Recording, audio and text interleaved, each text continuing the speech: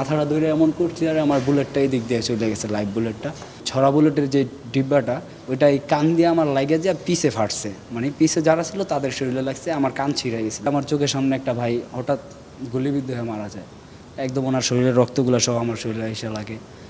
আমি আহত হই, আমার আর কি আমি তেমন কাজের ফাঁকে ফাঁকে রোডে উঠতাম। তো সেদিন শনিবার দিন আর কি বিকাল কাজে যাইনি, কারণ 19 তারিখে করলাম কার্ফু দিয়ে দিয়েছিল রাতে, তো তেমন যাইনি। তো বিকাল 5টার সময় বাসা থেকে বাইর হই, বাসা থেকে বের হওয়ার পরেই আমার একজনে বলতেছে যে তোর ছোটো ভাই তো উপরে রাস্তার উপরে মারা গেছে আর কি, চিটাগাং রোড। তো বলতেছে একজনে ফোন দেওয়া যে আপনার ছোটো ভাই তো রাস্তায় মারা গেছে। আমার এইটা শুনে তো আমার পুরা অবস্থা খারাপ। পরে আমি উপরে দৌড়ে উঠলাম, উঠে দেখি না আমার 2টা ছোটো ভাই, একটা মাদ্রাসা আছে আর একটা ভালো আছে। তো ওরে আমি বললাম তুই রাস্তা থেকে নাইমা যা। তো বললো ভাইয়া তাই তুমিও চলো বাসায় জায়গায় দুজনে খেলা, তো তুমি যাও আমি আসতেছি। এটা বললে একটু সামনে গেলাম, দেখি আমার চোখের সামনে একটা ভাই হঠাৎ গুলিবিদ্ধ হয়ে মারা যায়। টানা 7মবারের মতো বেস্ট টিস্যু পেপার ব্র্যান্ড হিসেবে স্বীকৃতি পেয়েছে বসুন্ধরা টিস্যু।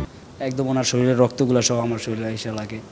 তখন তো মনে করেন আমার অবস্থা, মানে আমার হাত পাও কাঁপতাছে, আর মানে ডরাইতেছি না কিন্তু আমার হাত পাও কাঁপতাছে জিদ্দে যে এটা কী হইলো। তখন এক পর্যায়ে চিন্তা করলাম আরেকটু সামনে যাওয়ার পরে সব পোলাপাইন সব নিয়ে গেলাম, চল আজকে পুলিশে হয় পুলিশ বাঁচবে না আমরা বাঁচবো, একটা হইবেই। তো যাইতে যাইতে আরেকটু সামনে যাওয়ার পরেই দেখি একটা ভাইয়ের সাথে দাঁড়ায় আমরা 4-5 জন কথা বলতেছি, আর ভিতরে ভাইটা খুব বডি ফিল্ডার ভালো, বোধহয় ইউনিভার্সিটিতে পড়ে। হঠাৎ করে কোথা থেকে একটা বুলেট আসলো, আইসা দেখি ওই ভাইটাও আমার চোখের সামনে রেড। তখন নিয়ত করছি যে হয় আজকে পুলিশ মারবো না নিজে মরবো, একটা তো হইব, হয় নিজেরা বইরা যাবো না পুলিশ, একটা তো কিছু হইব।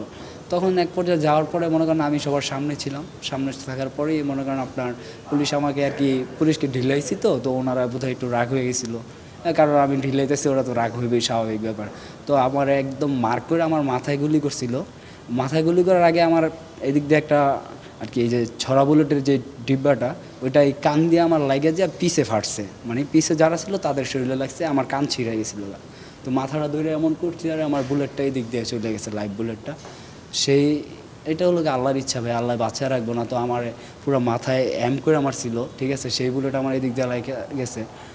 আবার যখন আমি মেডিকেলে যাই তখনও আমার থেকে ভালো কন্ডিশনে 3 জনের গুলি লেগছিল, একজনের এই জায়গায় আর পায়ে, ঠিক আছে, আরেকজনের বোধহয় বুকে, কিন্তু আমার থেকে ভালো কন্ডিশন ছিল। ওই 3 জন মারা গেছে, আমি বেঁচে আছি এখনও।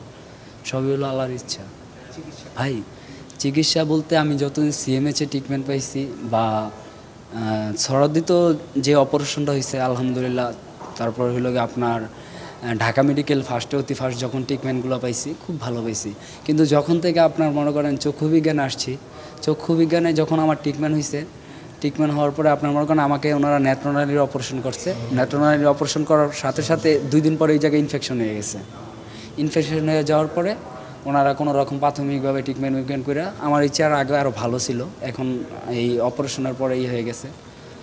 তো আবার এই জায়গায় ইনফেকশন হয়েছে, বারবার ইনফেকশন হইতেছে। তো আমাকে চক্ষু বিজ্ঞান ক্লিয়ারলি বলে দিতে পারে না যে তোমার ট্রিটমেন্ট আমাদের হসপিটালে নাই, তুমি সরদ দিতে যাও বা সিএমএইচে যাও, বা দেশের বাইরের জন্য যে ছাত্র প্রতিনিধি আছে ডিরেক্টর স্যারের কাছে অনেকবারই কাগজপত্র দিছে, কিন্তু উনি অন্য লোকের রেফার করছে, কিন্তু আমাকে রেফার করে না কি জন্য একমাত্র আল্লাহই জানে, আর উনি জানে না, আমার কপালেই ছিল না, আল্লাহ পাকই ভালো জানে। For more updates, follow us on Facebook, subscribe our YouTube channel, get the latest update on www.daily-sun.com.